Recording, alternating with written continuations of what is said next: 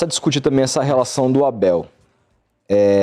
Tá muito claro que tem várias coisas aí para essa renovação do Abel. Tem, obviamente, um cara que é um baita de um escudo, nitidamente, é o maior técnico do Palmeiras, reconhecido por todos, mas há quem diga também que tem uma confiança no trabalho, na continuidade do trabalho, e que seria muito difícil manter o mesmo nível de competitividade mudando as coisas agora.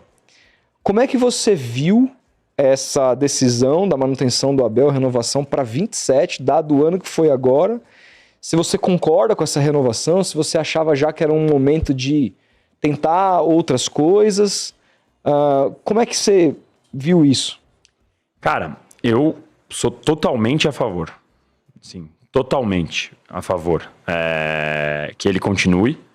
Eu acho que o Abel mostrou quando chegou uma capacidade de evoluir jogadores que estavam na lista de dispensa, estavam na boca do lixo do Palmeiras.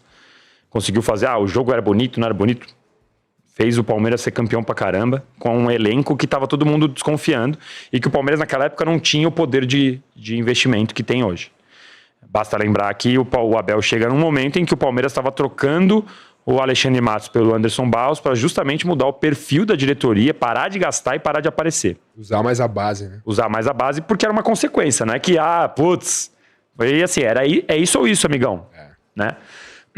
E aí o Abel mostrou ali para mim uma capacidade de melhorar muito o time. Ele mostrou repertório, porque ele jogou 3 zagueiros, 2 zagueiros, com linha de 5, com linha de... Mudou o time de acordo com o adversário, preparou surpresas para as finais. Contra o Flamengo, pegou o Flamengo de surpresa. Saudade desse Abel. Ele fez todo esse trabalho. Então ali ele mostrou que era um cara que tinha trabalho, tinha repertório, tinha coisa para fazer. Ele errou nesse meio do caminho, claro. Então em 23 contra o Boca Juniors, demorou pra cacete para colocar o Hendrick e o Luiz Guilherme.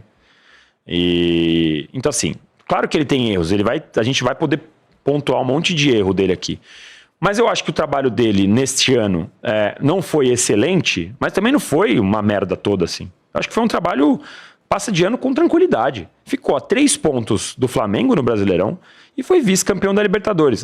Não chutou a bola no gol. O Palmeiras teve uma chance de gol, o Flamengo teve 2. O jogo foi uma merda, o Flamengo mereceu vencer, que fique claro, mas foi ruim o jogo, não foi legal. Eu tava no estádio, foi emocionante estar no estádio. Mas contou com um erro crasso da arbitragem. E teve um erro da arbitragem e tal.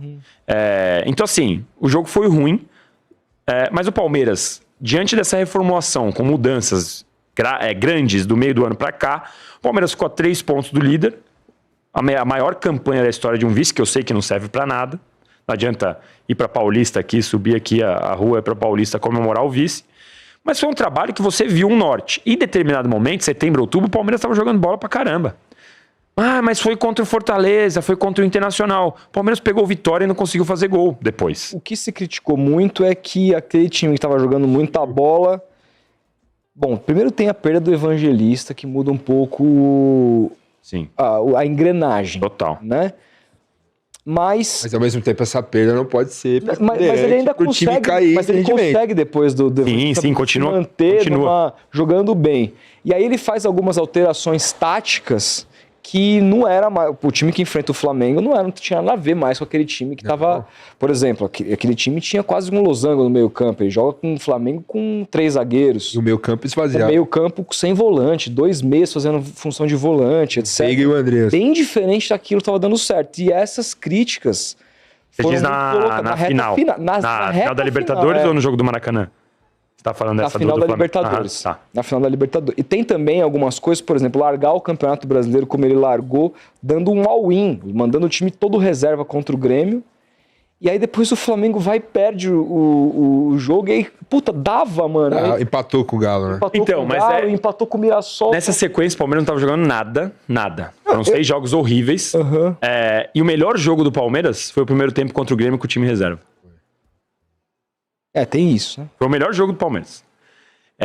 E eu sei que eu sou minoria absoluta. Eu não me ofendi quando ele falou que o Campeonato Brasileiro já era.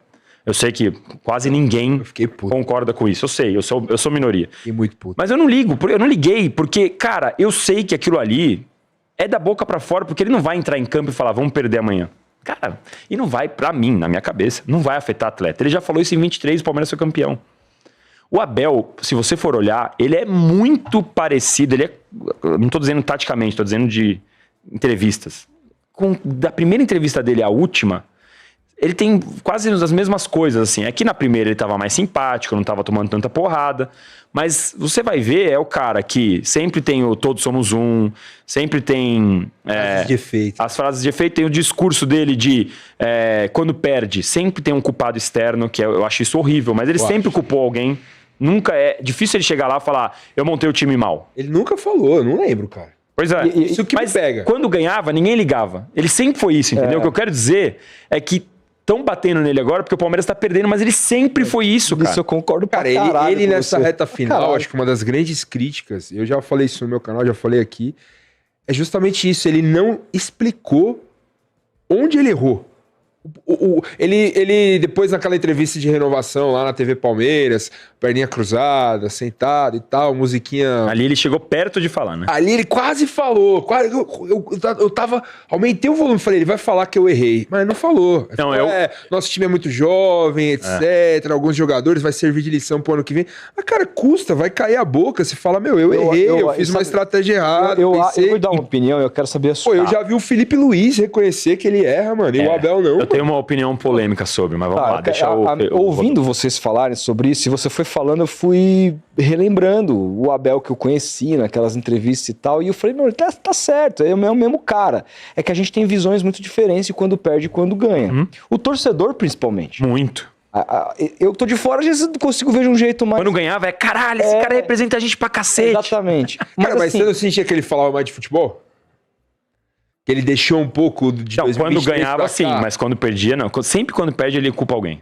Então, Sempre. Essa coisa de culpar alguém, será que tem a ver... Sistema, é campo, é juiz. Será que tem a ver com se autoafirmar internamente dentro do clube? Porque talvez ele pense que parte do sucesso dele é, acima de tudo, os jogadores confiarem nele. E se ele é um cara vulnerável, os jogadores podem duvidar. Será que tem a ver com isso? Não sei se ele vai tão fundo assim. Eu não sei. Eu acho que ele faz aquilo ali pra blindar mesmo os caras, sabe? Tipo, assim, ele não blinda tanto também, né? Que ele critica o Flaco quando precisa. Criticou o Veiga, pô. Mas às vezes eu fico pensando, eu não consigo ter uma resposta porque eu acho que é bem... a não ser que ele chegue e fale assim, ó, eu faço por causa disso. Então a gente fica aqui... Conjecturando, né? Exato. Eu às vezes já pensei se não é desvio de foco também. Muitas vezes o Palmeiras joga mal pra caramba, ele vai falar alguma coisa, a gente vai no dia seguinte ficar todo mundo falando daquilo. Ninguém fala que o Palmeiras jogou porra Já nenhuma. aconteceu mil vezes. 1000 vezes. Sabe? Pô, ninguém tá falando que o Palmeiras tá jogando mal. Tá falando que o Abel falou aquilo, que chutou o microfone, que não sei o quê, que... Sabe? Então eu já pensei se não é desvio de foco. Ele tem essa questão, ele não reconhece o próprio erro. Nessa reta final, eu acho até que ele, vendo os jogos, às vezes forçado por questão do calendário e convocação de data FIFA, às vezes por opção própria, ele foi mudando o time. Ele mudou, ele tirou o Felipe Anderson, ele pôs o Felipe Anderson, ele pôs o Maurício, ele pôs o Veiga, ele pôs...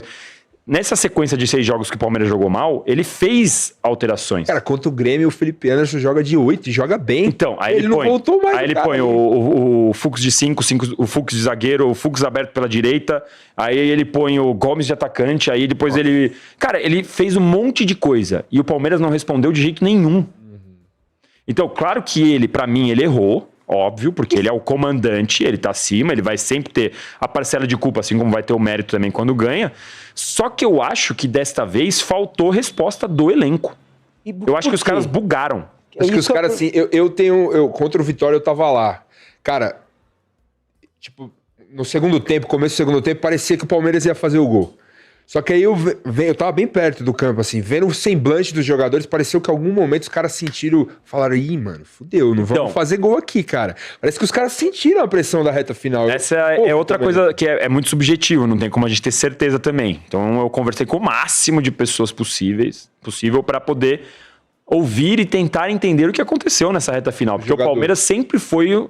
Ao contrário, né? O Palmeiras nunca caiu, assim... O Palmeiras jogava feio, jogava mais ou menos, mas, pô, um time que jogava sempre ali. E aí o que mais falam é que o time mentalmente foi pro espaço e que voltou da data FIFA, da última data FIFA, muito mal. Desconectado. O jogo contra o Vitória... E não conseguiu voltar, não voltou e já foi.